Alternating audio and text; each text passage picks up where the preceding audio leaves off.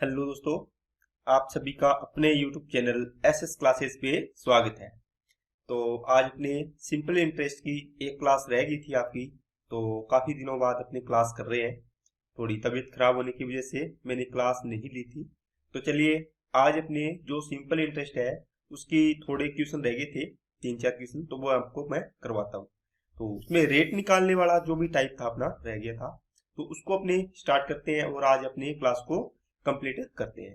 तो छोटी सी क्लास होगी और आपको देखकर मजा आएगा। आपको एक सेकंड में आंसर आप निकाल लोगे कि सर ये तो हमें तरीका अच्छा लगेगा। ओके, चलिए आपको देखो ये चीज मैंने करवाई थी क्या दोस्तों, कि जो भी मूलधन होता है वो अलग अलग होता है। इसमें कैसे होता है वो मैंने समझाया था। और जो दर और टाइम होता है, इसमें जो टाइम होता है इसको अपने एक मंथ में बदलने के लिए, हर मंथ, क्योंकि मंथली अपने इंस्टॉलमेंट दे रहे थे यहाँ से, जैसे पहले मंथ इंस्टॉलमेंट यहाँ पर दी, ये एक मंथ हो गया पूरा, फिर दूसरे मंथ यहाँ पर, तो ये दूसरा मंथ हो गया पूरा यहाँ तक, फिर ये तीसरे मंथ की, फिर चौथे मंथ की, 5वें की, फिर 6th की, 7th की, इस प्रकार है। ओके, तो इसमें क्या था कि अगर अपने यहाँ पर ये इंस्टॉलमेंट ना भरे तो आगे कितने मंथ का ब्याज अपना बच जाएगा या देना पड़ेगा, और अपने को अगर यहाँ पर ना भरे तो आप बोल रहे थे कि सर ये किस्त अगर यहाँ ना भर के लास्ट में भर रहे हैं यहाँ पर, तो यहाँ पर 1 2 3 4 महीने है, तो यहाँ पर 4 महीनों का ब्याज और लग जाता, आपने ऐड कर लेते जो भी अपने पास ब्याज आया था। तो ये प्रोसेस मैं बता रहा था, अगर ये ना भरेंगे तो 1 2 3 महीने का, ये ना भरेंगे तो 1 2 महीने का, है ना, लगेगा ब्याज। इस प्रकार अपने इसको कर रहे थे। तो दोस्तों इसमें P1 P2 ये क्यों ले रहे थे, जैसे मान लो यहाँ पर आपके 6,000 रुपये भरने वाले थे, आपकी मान लो 1,000 रुपए की किस्त है, आपने यहाँ पर 1,200 रुपए की मान लो, चलो यहाँ पर 1,200 रुपए की किस्त है, तो यहाँ पर कितनी किस्त भरोगे आप, कितने रह जाएंगे अगर यहाँ पर आपने 1,200 की भरती तो। देखो दोस्तों मैं थोड़ा सा रिवाइज करवा देता हूँ। जैसे मान लो यहाँ पर आपके 6,000 रुपए पर ब्याज लगा, कितने की दर से, 8% की दर से, और कितना टाइम, एक मंथ का। यहाँ पर भी 8% की दर से होगा, एक मंथ का। यहाँ पर भी 8% की दर से होगा, एक मंथ का। यहाँ पर भी 8% एक मंथ का। यहाँ पर भी 8% और एक मंथ का। ये देखो टाइम और रेट होता है, वो एक होता है ये प्रिंसिपल। ये दोनों चीज तो सेम है, देखो PRT में से यही करते हैं ना अपने ब्याज के लिए, ये सेम है। यही चीज तो चेंज है, कैसे चेंज है, यहाँ पर 6,000 रुपए भरे, आपकी 1,200 रुपए इंस्टॉलमेंट है मान लो, तो यहाँ पर कितने रुपए पर ब्याज लगेगा, 4800 पर। यहाँ पर फिर 1,200 भर दिया अगर आपने, तो कितने पर ब्याज लगेगा, 3600 पर। 1,200 तो भर दिया ना इसमें से, यहाँ पर फिर 1,200 भर दिया तो 2,400 पर। इस प्रकार आपका ब्याज लगना था। इस प्रकार देखो ये मूलधन, इसमें एक महीने के लिए 4800 आया, इसमें 3600 आया, इसमें 2400 आएगा, इसमें 1,200 आएगा। इस प्रकार ये चेंज होता है, इसीलिए अपने लगते हैं P1 P2 P3 इनको जोड़ के, और इनका R इंटू 1/100 इंटू 12, मतलब ये तो दर के लिए आता है ये 100।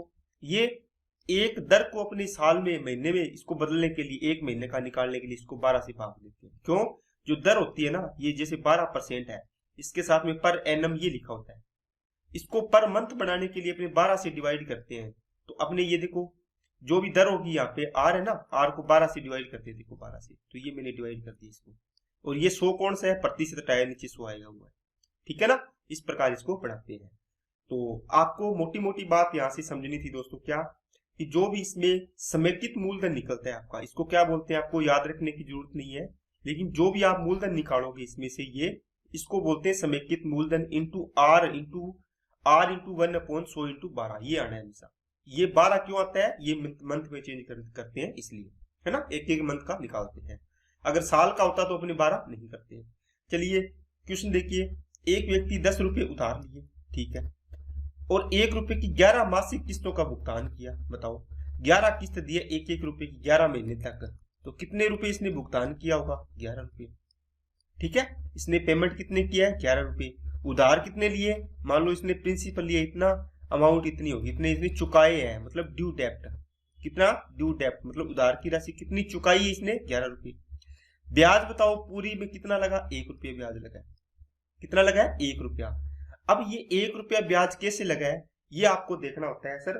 देखो दोस्तों, देखो मेरे भाइयों, इसमें ये होता है जैसे आपने पहले मंथ 10 रुपए पर ब्याज लगा, दूसरे मंथ कितने पर लगेगा, 9 रुपए पर लगेगा, तीसरे मंथ 8, फिर 7 पर, फिर 6 5 4 3 2 1। क्या बात समझ में आई क्या। जो चीजें मैं यहाँ पर इस प्रकार लिखता, 10 रुपए पर 10 रुपए पर 8% की दर से एक मंथ का ब्याज निकालता, क्योंकि मंथली है ना, प्लस फिर दूसरा मंथ आता है, ये पहले मंथ की बात है, 10 कितने पर, 9 पर, 9 प्लस 9 का 8% की दर से, या इसका ये तो मिश्रधन बन जाएगा ना, ये होता डायरेक्ट इतना, ठीक है। जैसे मान लो बच्चों, इसको मैं रफ करता हूं, अगर वो मिश्रधन निकालना होता तो अपने इसको 10 प्लस ये करते, फिर 11 के बराबर रखते, लेकिन आपको ब्याज ब्याज निकालना है क्योंकि 1 के बराबर करना है, तो ये आपका क्या है, इंटरेस्ट है दोस्तों।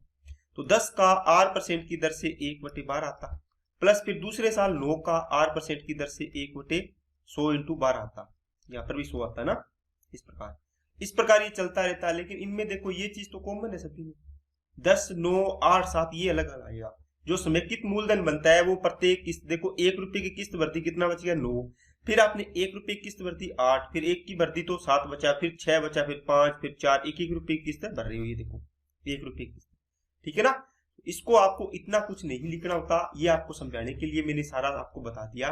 बस आपको क्या करना होता है, जितनी किस्त है उतनी बढ़ा लो आप इसकी, जैसे 11 तो 10, 9, 8, 7, 6, 5, 4, 3, 2, 1, ठीक है। इनको जोड़ो। अब इसको जोड़ने का तरीका क्या होता है दोस्तों, 10, 9, 8, 7 आप इस प्रकार लिखोगे, कहां तक जाएगा, 1 तक, इंटू में क्या आएगा, r इंटू 1/100 इंटू 12, बस बराबर में ब्याज। देखो ये इंटरेस्ट लगा है इन पर, तो कितना लगा है टोटल, 1 रुपये इंटरेस्ट लगा है पूरे पर। इसको सोल्व करो, आपको पता है 1 से अपने n तक जाते हैं, तो इसको ऐड करने का जो भी तरीका होता है अपनी करते हैं, क्या करते हैं, n इंटू n प्लस 1/2 करते हैं ना। इसको भी जोड़ो, 10 तक जाएगा, देखो 1 से लेके 10 तक, तो 10 इंटू 11/2 कितना आया, इसको काट दिया 5, तो ये आ गया 55। इसका मतलब हो गया दोस्तों, इसका ऐड आया टोटल 55, इंटू में r इंटू में 1 अपोन में आ गया 100 इंटू 12। इसको काटो, 5 से काटा 11 और 5 से काटा 20, ठीक है, 12 दूना 24, ये एक है ना बराबर में, तो r बराबर में क्या हो जाएगा, 240 और 11 नीचे आ जाएगा, ये परसेंटेज में आ गया। इसको 11 दूना 22, 2, 11 कम 11, 9/11%, ये आपकी दर एक साल की, ओके, क्योंकि आपने एक साल की दर आई है, क्योंकि 1/12 आपने इसको साल में चेंज कर लिया। चलिए दोस्तों नेक्स्ट क्वेश्चन पे चलते हैं, इसमें भी दर निकालनी है दोस्तों। देखो 1000 रुपए की आपके पास एक आपने कोई चीज खरीदी है, जैसे आपने मान लो 1000 रुपए का प्रेस खरीद लिया, या कुछ भी चीज खरीदी है, तो आपने क्या किया, हाथों हाथ 250 रुपए दे दिए इसको, कि चलिए 250 रुपए मेरे पास है, ये रख ले, बाकी की पेमेंट मैं बाद में करूंगा। इसका मतलब आपको 750 रुपए पेमेंट और करनी थी, ठीक है ना, 750 ही पेमेंट करनी थी आपको। लेकिन आप उसने क्या किया कि 200 रुपए की आपको बोला कि 4 किस्त दे देना। आपने देखा कि 200 की 4 किस्त दूंगा तो मेरे को कितने रुपए देने पड़ेंगे इसको, 800। लेकिन आपका दिमाग में आया कि इसने 750 की जगह 800 रुपए मेरे से लिए है टोटल, इसका मतलब मेरे से टोटल ब्याज कितना लिया इसने 4 किस्त पर, 50 रुपए, है ना। ब्याज कितना लिया है, सिंपल इंटरेस्ट है जो भी है, इसका इंटरेस्ट बढ़ा है टोटल 50 रुपए। कितनी किस्त पर है, 4 किस्त बनी है इसकी। तो पहली किस्त ब्याज कितने पर लगेगा दोस्तों, पहले महीने, आप बोलोगे सर पहले महीने तो 750 रुपए था, यहाँ पर एक किस्त दे दी, फिर 200 रुपए की किस्त दे दी, यहाँ पर 550 रुपए बचेगा, यहाँ पर फिर किस्त दे दी 200 की, 350 रुपए बचेगा। इस प्रकार आपका ये चलता रहेगा। आपने पहली किस्त दी 750 रुपए पर ब्याज लगा, प्लस 200 रुपए माइनस कर दो क्योंकि किस्त दे दी, कितना बचा, 550 पर लगेगा दूसरे मंथ, प्लस तीसरे मंथ 350 पर लगेगा, फिर 150 पर लगेगा। अब बताओ 4 किस्त करनी थी, 4 आपकी होगी, 1, 2, 3, 4, इन सभी का कॉमन ये आना ही आना है, r into 1/12, r into 1/100 into 12, क्योंकि मासिक है इसलिए आना है 12, नहीं तो r/100 ही आता है हमेशा, एक साल यहाँ पे टाइम होता है वो आ जाता है। बराबर में कितने रुपए ब्याज है, 50 रुपए, ये टोटल ब्याज है, इसके बराबर होगा टोटल, है ना। इसको अब जोड़ लो, 150, ये कितना हो गया, 400, 500, 500, 1000, 1700 और एक 1800, टोटल हो गया 1800 रुपए, ओके। इंटू में r इंटू में 1/100 इंटू 12, देखो 0 से 0, 6 तिया 18, 6 दूनी 12, ये आ गया 50। इसको आप क्रॉस मल्टीप्लाई करके सोल्व करोगे तो 100, ये कितना हो गया 100 और बटे में 3, इसका मतलब 100/3% का मतलब हो गया 33 सही 1/3% आंसर आ गया। तो बिल्कुल आसान सवाल है दोस्तों, बस आपको ये चीज जोड़नी होती है डायरेक्ट और आपका आंसर आ जाता है। चलिए नेक्स्ट क्या है, 9000 रुपए का जो भी कर्जा है आपका, है ना, आपने कुछ भी चीज खरीदी है, 9000 रुपए की मान लो वॉशिंग मशीन खरीदी आपने 2200 रुपए तो इसको एट परसेंट ही देती है, मतलब कैश पेमेंट कर दिया आपने। कितने बच गए 6800, ये पेमेंट करने वाली है। अगर आप ये पेमेंट करते तो आपको 6800 रुपये देने होते, लेकिन ये कहता है दुकानदार कि आपकी 1400 रुपये की 5 समान मासिक किस्त, मतलब एक महीने के 1400 रुपये जमा करवाते रहना और 5 किस्त दे देना। तो कितने हो जाएंगे 14 5 70, कितने रुपए देने पड़ेंगे 7000।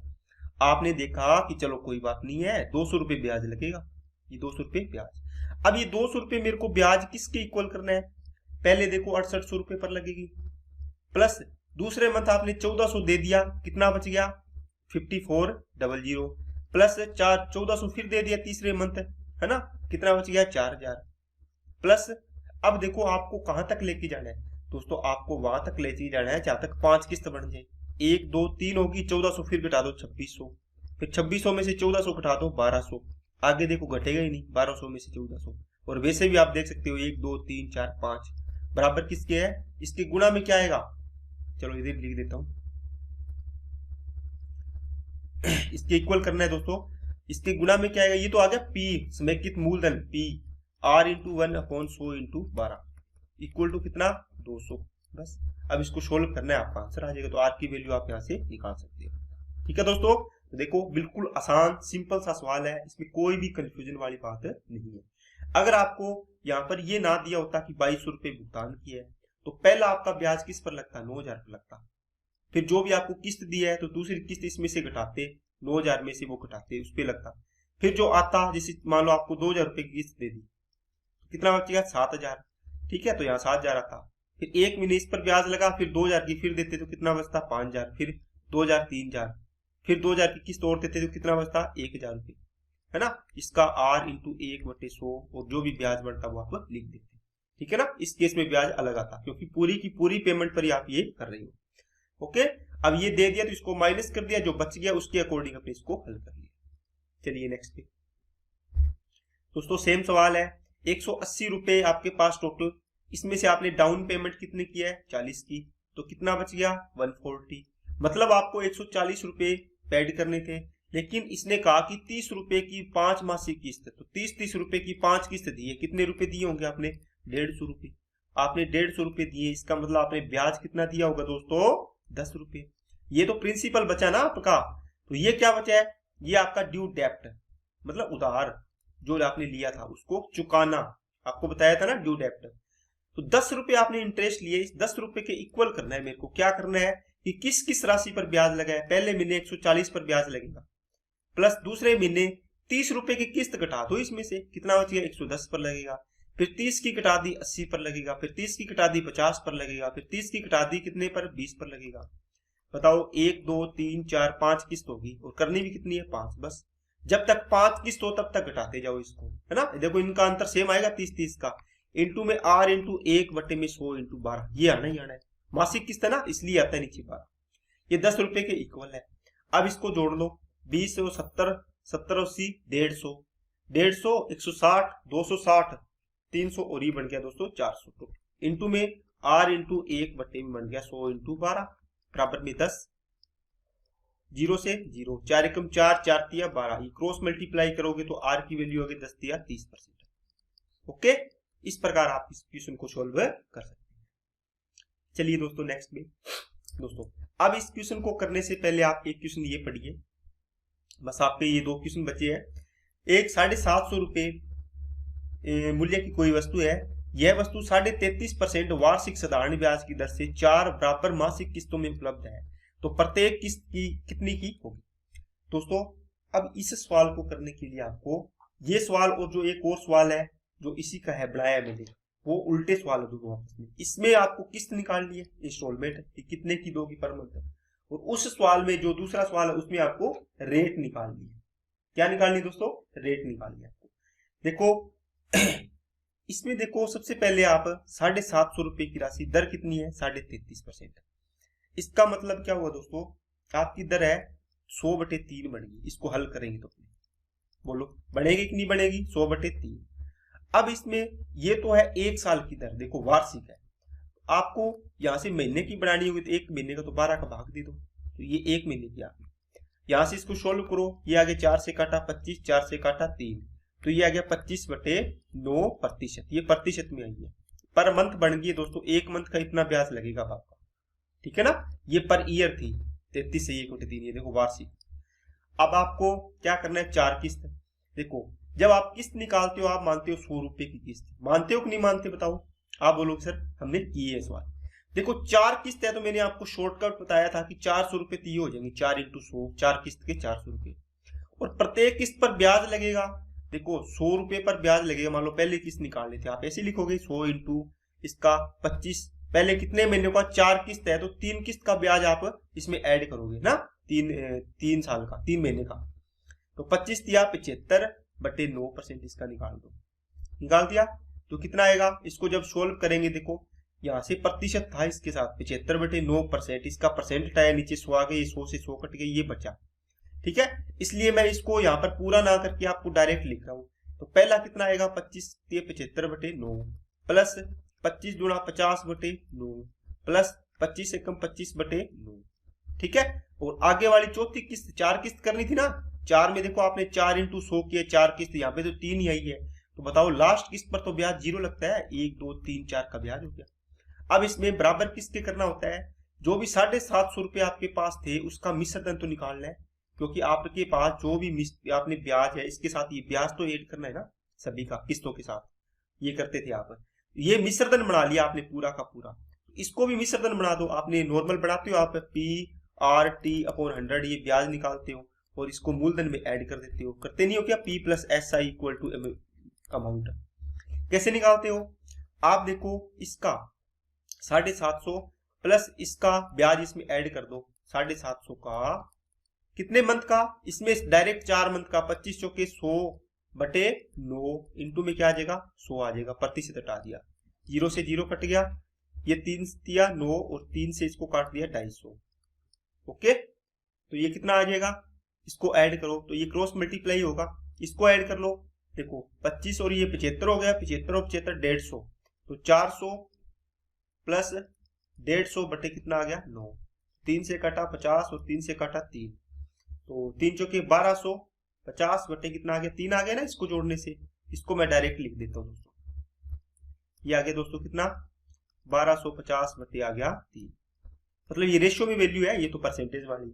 अब इसका कितना आएगा, देखो 7 दिया 2100, ठीक है, और 150 कितना हो गया 2100, 2250, 2250 और ये 250 जोड़ो, 23 और 200 2500/3, ओके, इतने रुपए।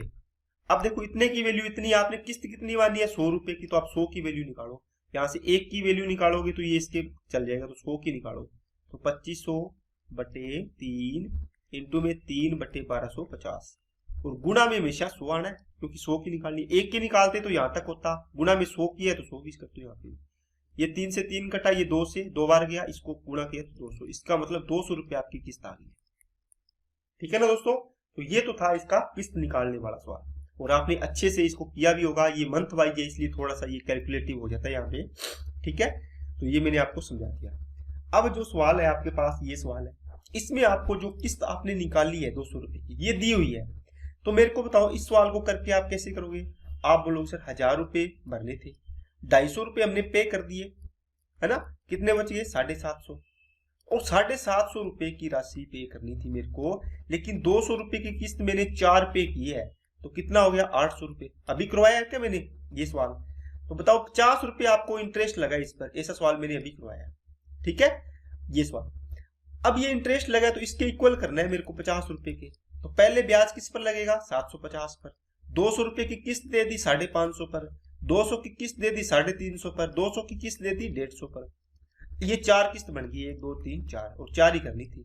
इंटू में क्या आएगा R × 1/100 × 12, ठीक है ना, ये मासिक किस्त है इसलिए यहाँ पे 12 है, ये बराबर 50, इसको सोल्व करेंगे तो अपना R की वैल्यू आ जाएगी, ओके। तो मैंने डायरेक्ट मतलब दर निकालना या फिर आपको दर देख के इंस्टॉलमेंट निकालना, दोनों सवाल आपको करवा दिए, ठीक है दोस्तों। तो आपको अगर वीडियो अच्छी लगे तो लाइक करना। तो आज अपना ये टॉपिक अच्छे से कंप्लीट हो गया है, तो इसका मैंने इंस्टॉलमेंट का बड़े ही आराम से कम इसकी 3 वीडियो बनाई है शायद मैंने, है ना, तीसरी वीडियो ये, तो इस वीडियो में आपको मैंने इसको कंप्लीट किया है। तो आप आराम से पूरी की पूरी वीडियो देखोगे तो आपको हर एक कॉन्सेप्ट समझ में आएगा कि ये जो सिंपल इंटरेस्ट की इंस्टॉलमेंट होती है ये थोड़ी सी कैलकुलेटिव होती है, समझ में नहीं आती, लेकिन मैंने इसको अच्छे से अच्छे करवाने की कोशिश की है। इसके बाद आपको इसमें डाउट नहीं रहेगा। ओके दोस्तों, आज के लिए इतना ही रखते हैं, बाकी अपने नेक्स्ट वीडियो में नेक्स्ट टॉपिक के साथ मिलते हैं। Okay, thank you.